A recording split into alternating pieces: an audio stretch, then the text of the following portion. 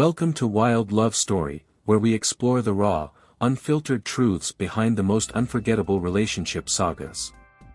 Every story we tell reveals the complexities of love, trust, and heartbreak, often more intense than we could ever imagine.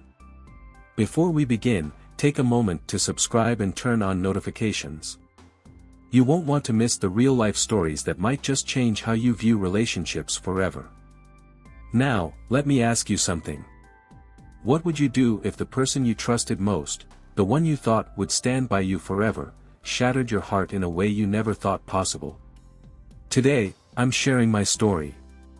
A story of betrayal so deep it left scars I'm still healing from.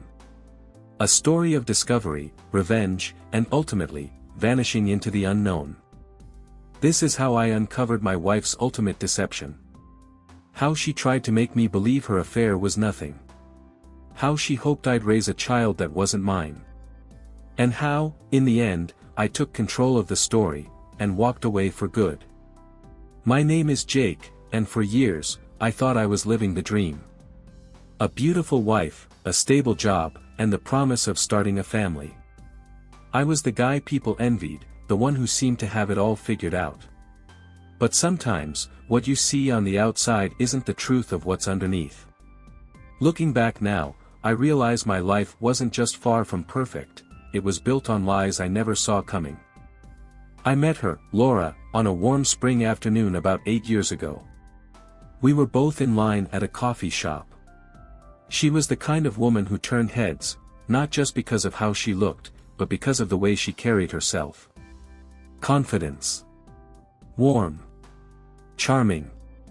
She was everything I thought I needed and more.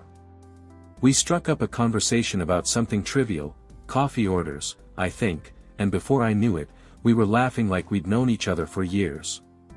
By the time I walked out of that coffee shop, I had her number saved in my phone and butterflies in my stomach like I hadn't felt in years. From the very beginning, it was effortless. Our first date turned into our second, then our third, and before I knew it, we were spending every weekend together. She loved the outdoors, just like I did. Hiking, camping, road trips, she always said the best memories were made away from the noise of the city. I believed her. And for a while, it really felt like we were creating something special. She had this way of making me feel seen, like I was the only person in the world who truly mattered to her. I fell for her quickly. Hard. We got married 2 years later. It wasn't a grand affair, just close family and a few friends, but it felt like everything I'd ever dreamed of. I looked into her eyes that day and thought, this is it. I found my forever. We settled into a quiet routine after that. She worked part-time while I threw myself into my job, trying to build something stable for us. We talked about starting a family someday. It was all falling into place. Or so I thought. Looking back now, I see things I didn't see then. Little cracks that I ignored, maybe because I didn't want to believe they could be anything more. Like how she'd get distant sometimes, days where her warmth seemed forced, like she was going through the motions. Or the nights she'd go out with friends and come home hours later than she said she would, brushing it off with some excuse about losing track of time. I'd ask her about it, but she'd always find a way to make me feel like I was overthinking. "You're working too hard," she'd say. "You need to relax." And I'd let it go because I wanted to trust her. I wanted to believe that we were solid. I've always been the kind of person who wants to make people happy. Maybe that's my flaw. I work hard, sometimes too hard, because I want to provide, to be the kind of man who can take care of the people he loves. But that kind of devotion comes with a cost. There were nights when I'd come home late, exhausted, and all I wanted was to sit with her, to feel like the work I was doing meant something to us. And most of the time, she'd be there, waiting with a smile and a hug. But sometimes she wasn't. I told myself it was normal. Every relationship has its ups and downs, right? That's what I thought, at least. But as the years went by, I started to notice things that didn't sit right with me. A new password on her phone, conversations that ended when I walked into the room, late-night text messages she'd dismiss as work stuff. I wanted to ask questions, but part of me was afraid of the answers. I didn't want to rock the boat. I didn't want to be that guy, the one who doubted the woman he loved. Laura had a way of pulling me back in whenever I started to question things. She'd surprise me with my favorite meal after a long day or plan a weekend getaway just for the two of us. She knew how to make me feel like everything was okay, even when it wasn't. And I wanted so badly to believe her. To believe us. Maybe I ignored the signs because I didn't want to lose what we had. Maybe I thought if I worked harder, gave more, I could fix whatever was wrong. But the truth is, you can't fix something when you're the only one trying. And I was too blinded by love, or maybe fear, to see it at the time. I thought I knew her. I thought I knew the life we were building. But I was wrong. So very wrong. The things I know now, the truths I uncovered, make me wonder how I didn't see it sooner. But that's the thing about trust. When you give it so freely, so completely, it blinds you to what's right in front of you. And looking back, the signs, they were always there.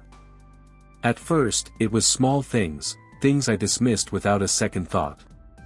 Late-night text messages that she said were from coworkers or friends. Unexplained absences, where she'd leave the house in a rush, saying she needed to run errands or meet a friend last minute.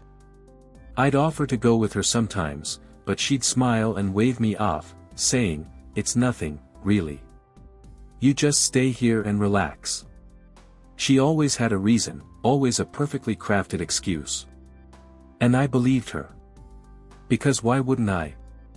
There were other things, too. Little changes that I noticed but didn't question at the time. Like how she started guarding her phone like it held national secrets. She used to leave it on the coffee table, unlocked, or toss it on the couch without a care. But over time, that changed. She started keeping it with her at all times, taking it to the bathroom, sleeping with it on her nightstand, and always flipping it face down when we were together. I'd joke about it once in a while, asking if she was hiding state secrets from me. She'd laugh and say something like, "Oh, you know me, always on work calls." And I let it go. Every time, I let it go.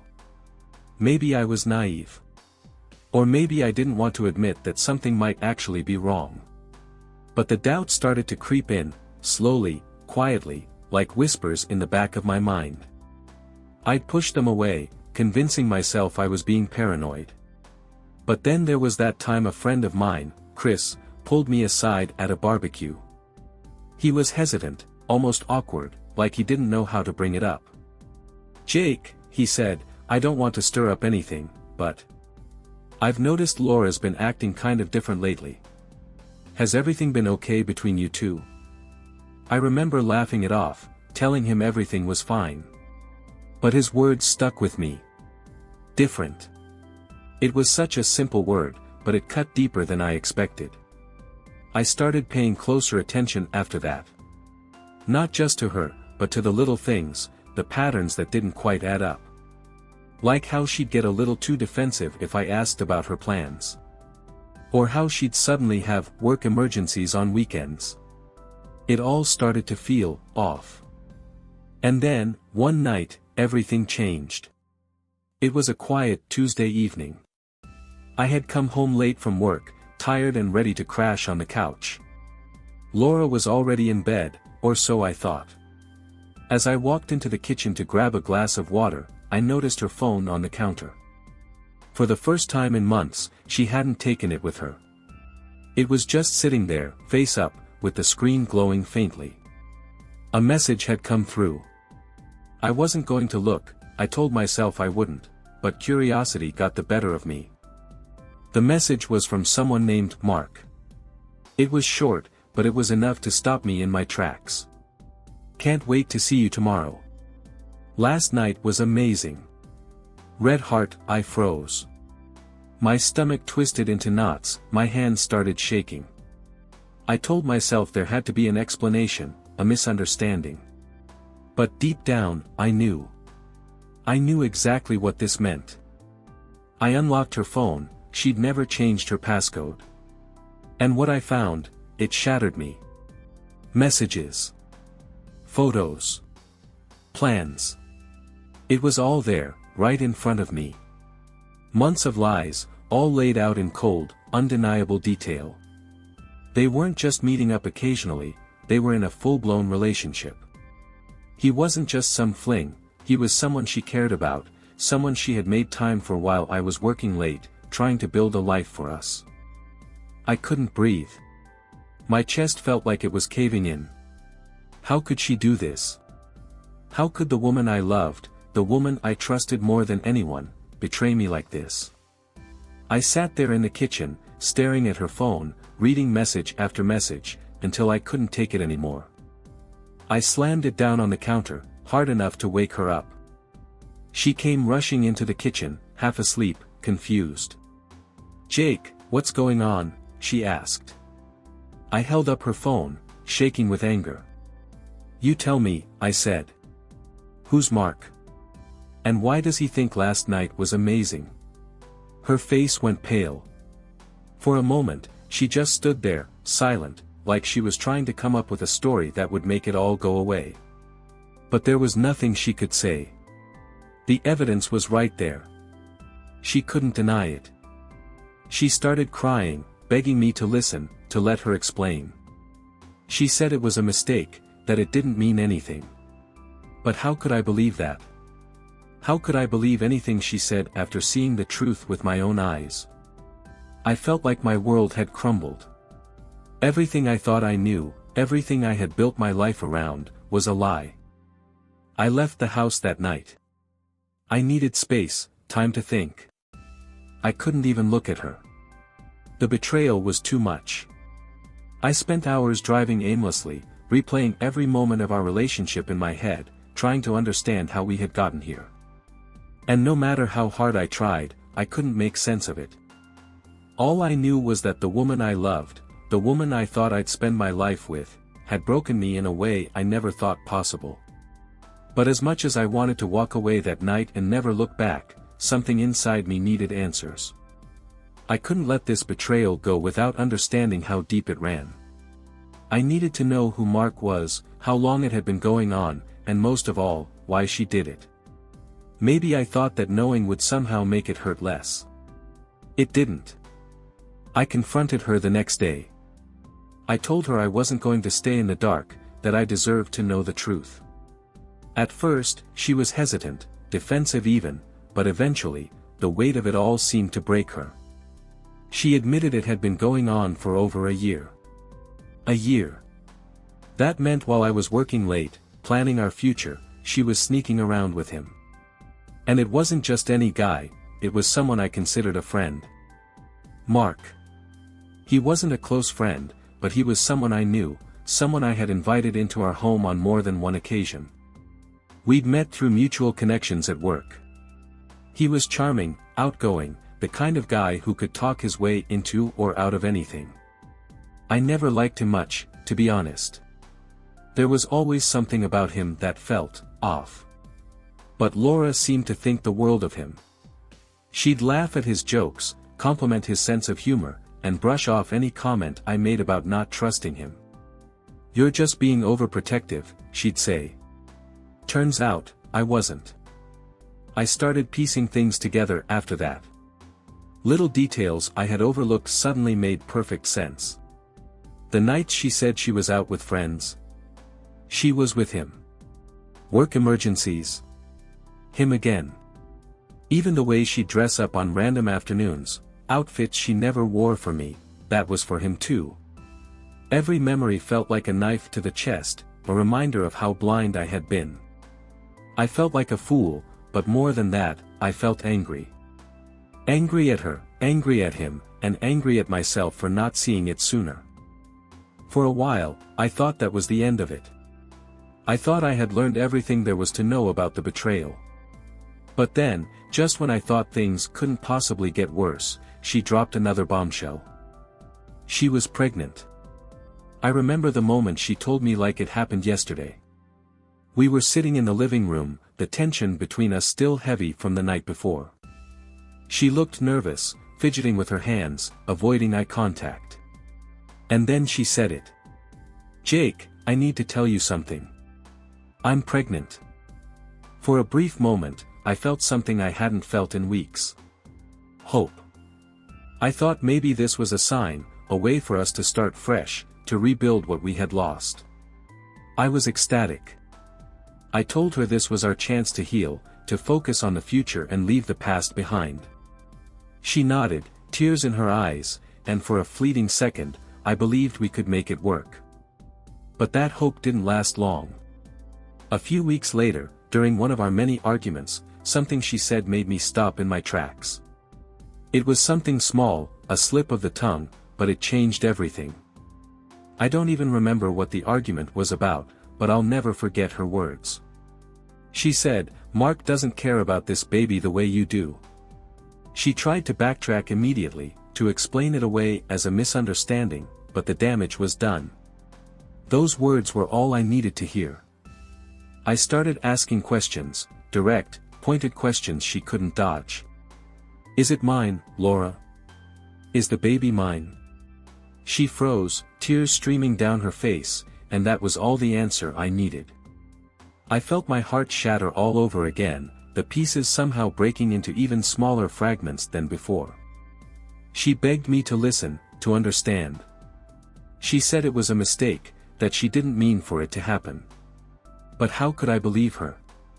How could I raise a child that wasn't mine, knowing it was the result of her betrayal? She tried to justify it, saying it didn't matter who the father was, that we could still be a family. "This baby needs you, Jake," she said. "We need you." But all I could see was the betrayal, the lies, the months of deceit that had led us to this moment. I told her I couldn't do it. I couldn't pretend everything was okay when it wasn't. And that was the moment I knew, there was no coming back from this. Not for us. I packed a bag that night and left. I didn't know where I was going or what I was going to do, but I knew I couldn't stay. The woman I had loved, the woman I had built my life around, had destroyed everything we had. And now, there was no fixing it. No amount of apologies or promises could undo the damage that had been done. In the days that followed, I started making plans.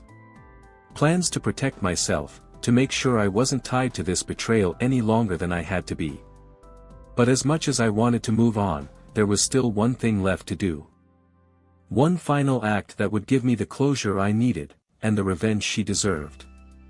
As I sat alone in that tiny motel room, staring at the peeling wallpaper and the duffel bag I had hastily packed, the weight of it all pressed down on me.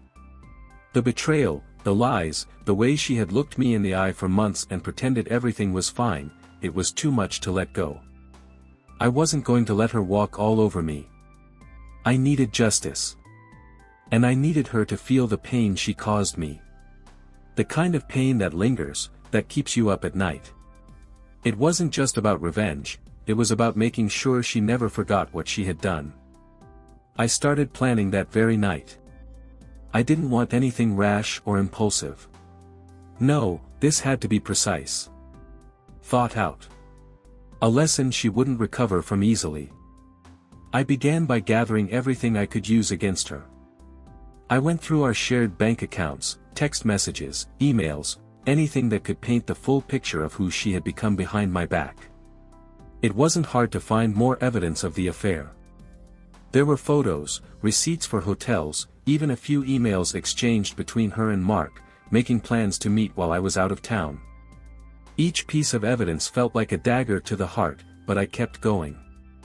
I knew I'd need it all for what I had in mind. The first step was protecting myself. I wasn't about to let her drag me down any further. I scheduled a meeting with a lawyer the next day to discuss my options. He listened carefully as I laid out the situation, and his advice was clear: get ahead of this. He helped me draft a legal document that would remove any possibility of me being tied to the baby, should she try to claim it as mine. It was a harsh move, but necessary. I couldn't risk being legally obligated to a child that wasn't mine, not after everything she had done. Next, I started thinking about how to expose her. For months, she had played the role of the perfect wife, convincing everyone around us that we were the ideal couple. I wasn't going to let her get away with that. I began compiling all the evidence, screenshots of the messages, photos of her with Mark, even a copy of the receipt from the hotel they frequented. Once I had everything, I created a folder and labeled it plainly, "The Truth." It was a fitting title. I sent that folder to a few select people, her parents, her closest friends, even her coworkers. I wanted everyone to see the truth. To see who she really was behind the facade.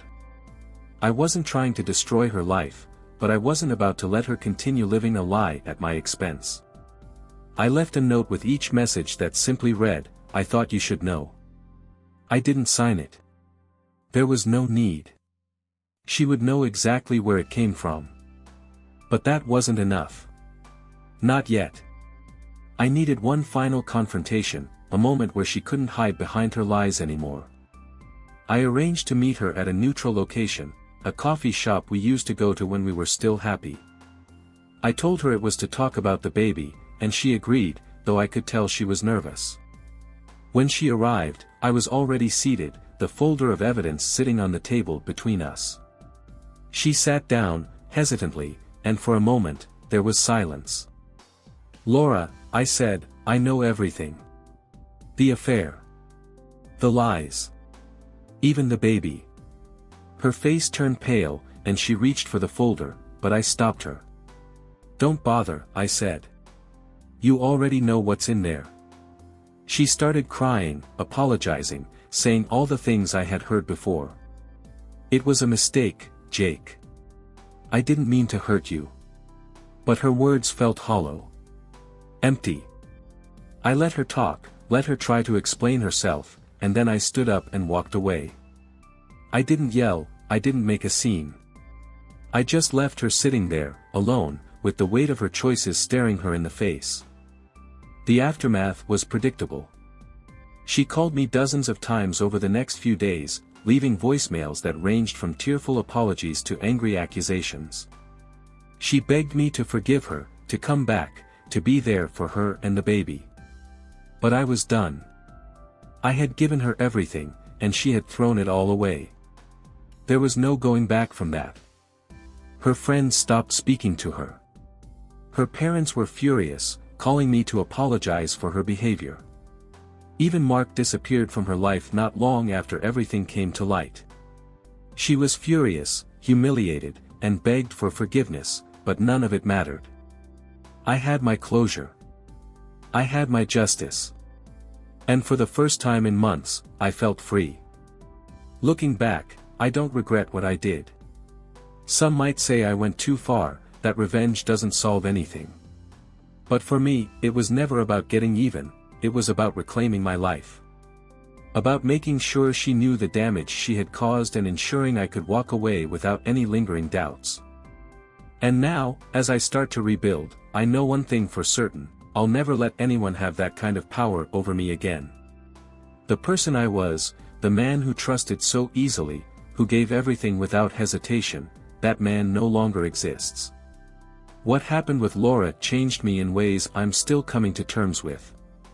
But if there's one thing I realized, it was that staying in that life, staying in that house, in that city, surrounded by the remnants of what we had, wasn't an option.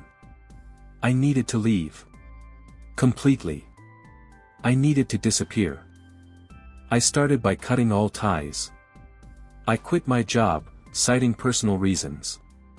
It wasn't a hard choice, I couldn't focus there anymore, not with everything that had happened. The people at work didn't ask too many questions, they just wished me luck and let me go quietly. Next, I put the house on the market. I didn't want to deal with it anymore. Every room was filled with memories of her, of us, and I couldn't stand it. I sold it quickly, taking a financial hit just to be rid of it. I didn't care about the money, I cared about getting away. Packing was harder than I expected. I stood in our bedroom, staring at the closet we once shared, and felt this wave of sadness I couldn't shake. I realized most of the things I owned were tied to a life I no longer wanted. So I left most of it behind. A few clothes, some personal items, and my laptop, that was all I took. Everything else, I either donated or left for the new owners of the house to deal with. It was like shedding the weight of the past, one item at a time. Once everything was finalized, I packed my car and drove out of town without telling a single soul where I was going. Not my friends, not my family, and definitely not Laura. I knew if I left any breadcrumbs, she'd try to follow me, try to drag me back into her mess. So I made sure there was nothing to trace. I changed my phone number, deleted my social media accounts, and even opened a new bank account in a different city. It was as if I was erasing myself from my old life. The drive was long, and for the first few hours, I felt numb. I kept looking in the rearview mirror, half expecting her to show up somehow, even though I knew that was impossible. But as the miles stretched on, something strange started to happen. The further I got from that town, from the house, from her, the lighter I felt. It wasn't immediate, it came in small moments, like when I stopped at a gas station and realized no one knew who I was. I could be anyone. I could start over. I ended up in a small town a few hundred miles away. It wasn't fancy, but it was quiet, and that was exactly what I needed. I rented a modest apartment, just a single bedroom with the basics, and started looking for work. It wasn't easy at first. I didn't have a plan, and the emotional toll of everything I'd been through was still weighing on me. There were nights when I'd lie awake, staring at the ceiling, wondering if I'd made the right decision. If leaving everything behind was worth it. But as time went on, I started to feel something I hadn't felt in months. Peace. It wasn't the loud, celebratory kind of peace, it was quiet, steady, like the feeling of the ocean after a storm. I found a job at a local hardware store, nothing fancy, but it paid the bills and kept me busy. I started going on walks in the evenings, exploring the trails near my apartment.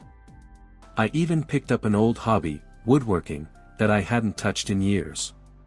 Slowly but surely, I began to rebuild. It wasn't easy.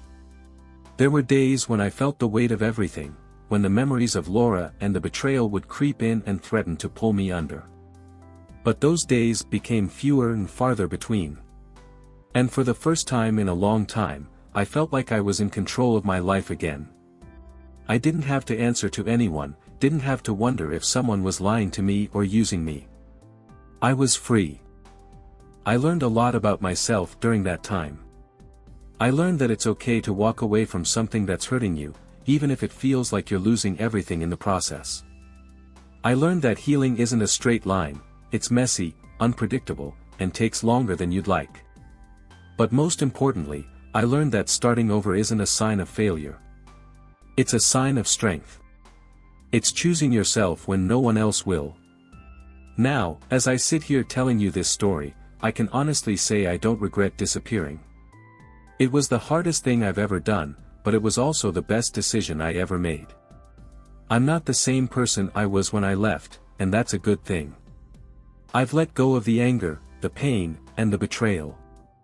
They're still a part of my story, but they don't define me anymore. And as for Laura, well, I hope she's found whatever it is she was looking for. But I know one thing for sure, I'll never let anyone take away my peace again. It hasn't been easy, but I've built a life that feels honest, real, and mine. I've learned to find joy in the small things, a quiet morning coffee, the sound of birds outside my window, the satisfaction of completing a project with my own two hands. My days are simpler now, and for the first time in years, I'm okay with that. There's no chaos, no deception, no lingering doubts. Just quiet. Peace. Where is Laura now? I wish I could tell you, but the truth is, I don't know. I haven't spoken to her since the day I left.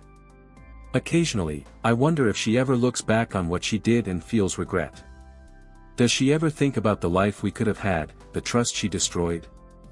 Or did she move on, find someone new, and continue the same patterns that tore us apart? I don't have the answers, and maybe that's for the best. Sometimes, late at night, I catch myself wondering if she's happy now. Did she ever find what she was looking for? And Mark, what happened to him? Did their connection burn out once the thrill of the affair was gone, or did they try to make something out of the mess they created? I'll never know. And honestly, I'm not sure I want to. The part of me that once needed closure, that craved answers to every question, has finally let go. There's a peace in not knowing, because knowing wouldn't change anything. As for me, I've moved on. I've built something new, something that feels like mine. But moving on doesn't mean forgetting. The lessons I learned, the scars I carry, they're still there, reminding me of where I've been and what I've survived. They keep me grounded, keep me cautious, and, most importantly, keep me grateful for the life I have now. A life free of betrayal. A life where I choose who I let in and who I keep out. But what about you? If you were in my shoes, what would you have done? Would you have stayed and tried to rebuild? Would you have walked away quietly, leaving the past behind? Or would you have sought the kind of justice that makes people think twice before crossing you? These are questions I've asked myself countless times, and now, I want to hear your thoughts. Tell me, what would you have done? Let me know in the comments below. Would you have handled it differently? Do you think I made the right choice, or do you think I went too far? Every story has more than one perspective, and I'm curious to hear yours. Thank you for listening to my story. Sharing it wasn't easy, but it's a part of who I am now, and I hope it's given you something to think about, whether it's about trust, forgiveness, or the strength it takes to start over.